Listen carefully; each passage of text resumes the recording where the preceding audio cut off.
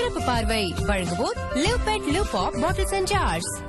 மதுரையின் மெத்தென்ற பீத்து போட்ட பரோட்டா, விருதுநகரின் பொரித்த பரோட்டா, செங்கோட்டை கோழிக்குழம்பு பரோட்டா என விதவிதமாக வாயூர பேச வைக்கும் பரோட்டாவின் சுவை எப்போதுமே அலாதிதான்.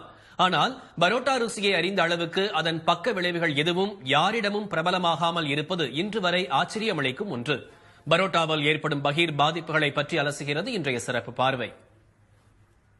பைக்கின் முன்பக்கம் தொங்கும் பிளாஸ்டிக் பை, அதில் சூடு பறக்க பார்சலாகி பயணம் செய்யும் பரோட்டா குருமா, வீட்டுக்கு வந்தவுடன் பிள்ளைகள் ஆசையுடன் வேகமாய் ஓடி வந்து வாங்குவதும், குடும்பத்தோடு ரசித்து ருசித்து சாப்பிடுவதும் என பரோட்டா பல குடும்பங்களின் அங்கமாகவே இன்று மாறியுள்ளது.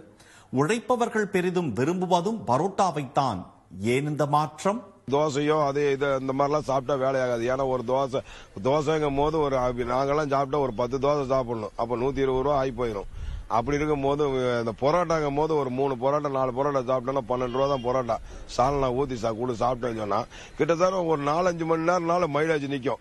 நல்லா ஹெவியான ஒர்க் செய்யலாம். ஹெவியான வேலைகள் செய்யும் போது நல்லா ஆரோக்கியமா இருக்கும். பரோட்டா உருவான வரலாறு வினோதமானது. 2ஆம் உலகப் போர் காலகட்டத்தில் போர்க்களத்தில் குதிரைகள் நீண்ட நேரம் பசி தாங்குவதற்கான உணவாகவே அது தயாரிக்கப்பட்டிருக்கிறது. ஆனால் மனிதர்களின் பசி தாங்குவதற்கான ஒன்றாக அது மாறிப்போனதுதான் விசித்திரம். பரோட்டா சுவைக்கு பெண்கள் பலர் அடிமை. ஆனால் அது அவர்களுக்கு செய்யும் கெடுதல்கள் ஒன்றல்ல, இரண்டல்ல, ஏராளம். ஒரு பாலிசிஸ்டிக் ஓவேரியன் டிசீஸ் சொல்லுவோம். அதாவது ஓவரியில சின்ன சின்ன சின்ன சின்ன நீர்க்கட்டிகள் மாதிரி வரது.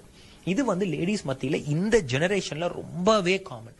என்ன பிரச்சனைன்னு கேட்டீங்கன்னா, மென்சஸ் நார்மலாவே இருக்காது. 3 மாசத்துக்கு இருக்கும், 2 மாசத்துக்கு இருக்கும், இல்ல மென்சஸே இல்லாம இருக்கும். 5 மாசத்துக்கு ஒரு தடவை மாத்திரை எடுத்தா தான் வரும். பாத்தீங்கன்னா ஸ்கின் எல்லாமே சிலர் பாத்தீங்கன்னா ரொம்ப திக்கா இருக்கும். அதாவது ஆண்கள் மாதிரி ஸ்கின் திக் ஆயிடும். பிளஸ் கழுத்துல எங்க முதுகு பகுதியில கருப்பு பிளாக் பிக்மெண்டேஷன் வரும். கழுத்துல ஒரு மாதிரி கருப்படைஞ்ச மாதிரி இருக்கும். ஃபேஸ்ல முடி வளருதல், ஆண்களுக்கு இருக்கிற மாதிரி சின்னதா மீச வருது, ஃபேஸ்ல முடி வருது, ஹிர்சூட்டிசம்னு சொல்லுவோம். இந்த பிரச்சனையும் வரும். சோ உடல் பருமன்ல ஆரம்பிச்சு மலட்டுத்தன்மை வரைக்கும் கொண்டு போற அளவுக்கு பரோட்டா அவ்வளவு ஒரு டேஞ்சரஸான ஒரு விஷயம். தொடர்ந்து பரோட்டா சாப்பிடுவோருக்கு கலோரிகள் அதிகரிப்பால் இன்சுலின் குறைபாடு ஏற்படலாம். இதனால் சர்க்கரை நோய் வேகமாக தாக்கும்.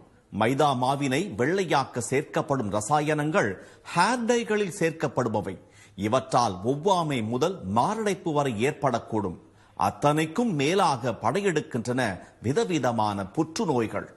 உணவு குழாயில அடினோ கார்சினோமாங்கிற புற்றுநோய் 15 வருஷத்துக்கு முன்னால நம்ம அவ்வளவா இந்தியாவில் பார்க்கல. ஆனா இப்போ அந்த அடினோ கார்சினோமாங்கிற உணவுக்குள்ள புற்றுநோய் இன்னைக்கு ரொம்ப அதிகமாகிட்டு இருக்கு. அதனால மதுபானம் அறிஞ்சாதான் கல்லீரல் பாதிப்பு இல்ல. இந்த புரோட்டா சாப்பிடுறவங்களுக்கு ஃபேட்டி லிவர் கல்லீரல் சுருக்கம் ஏற்பட்டு அதனால வரக்கூடிய புற்றுநோய்கள் அதிகமா இருக்கு. இந்த வயிற்றில் வரக்கூடிய 3 வகையான புற்றுநோய்கள் வர்றதற்குமே இந்த புரோட்டா ஒரு காரணமாக உண்டு.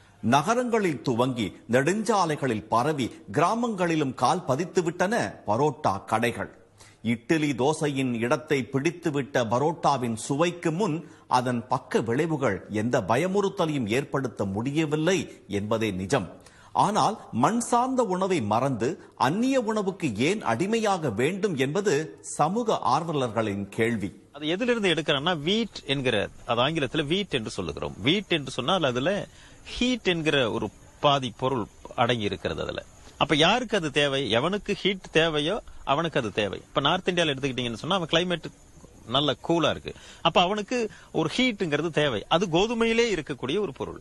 இங்க நாம சாப்பிடுறது ரைஸ், அதுல ஐஸ் என்று ஒரு பதம் வருகிறது அல்லவா? அப்ப ஐஸ் சொன்னா அதுல ஏற்கனவே கூல் இருக்கு. நமக்கு கூல் தேவை. நாம எல்லாம் விவசாயம் காடு கழனிகளில் வேலை செய்து நம்முடைய வெப்பமான பகுதியில் இருக்கிறதுனால நமக்கு ரைஸ் தான் உகந்தது.